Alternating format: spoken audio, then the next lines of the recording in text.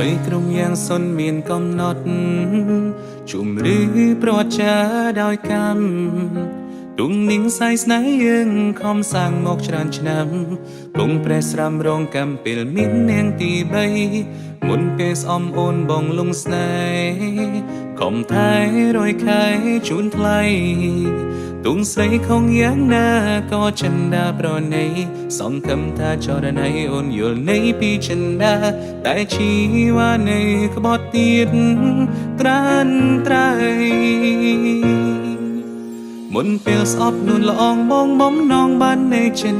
តែក្រោយស្អំវមិនតាំងចិនមិនឲ្យជុំឡាយព្រងអ្វីដែលអូនសាំងគឺបំពៀនបងហើយត្រានត្រៃគ្មានទៀនឡើយពីងថាស្នេហ៍ដូចគ្រាមុនពេលនិងខងពេលដើមចិនបងសើមរូបគ្មានអូនព្រងអ្វីដែលស្ងួនចងជាចំនងរិនពីរុនឈុំដើរតួកំសន់សងកន់ចិនបងទុនបើគេផ្ដល់ក្រុមគ្រាន់ឲ្យមានស្ងួនឬគេចង់ណាអូន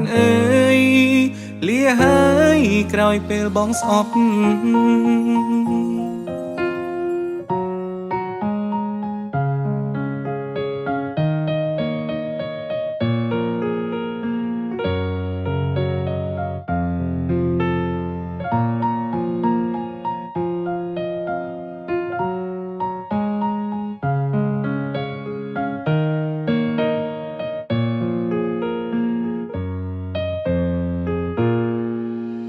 អ្វីក្រុមយ៉ាងសុនមានកំណត់ជុំឬប្រចាដោយកម្មទុំនិងសៃស្នេហ៍យើងខំសាងមកច្រើនឆ្នាំគង់ព្រះស្រាំរងកម្មពេលមាននាងទី3មុនពេលស្អំអូនបងលងស្នេហ៍ខំថែរយខែជូនថ្លៃទុំស្រីខងយ៉ាងណាក៏ចិនដាប្រណីសង្ឃឹមថាចរណៃអូនយល់នៃពីចិនដាតែជីវ៉ានៃក្បត់ទៀតត្រានត្រៃមុនពេលស្អប់នួនល្អងបងបំណងបាននៃចិន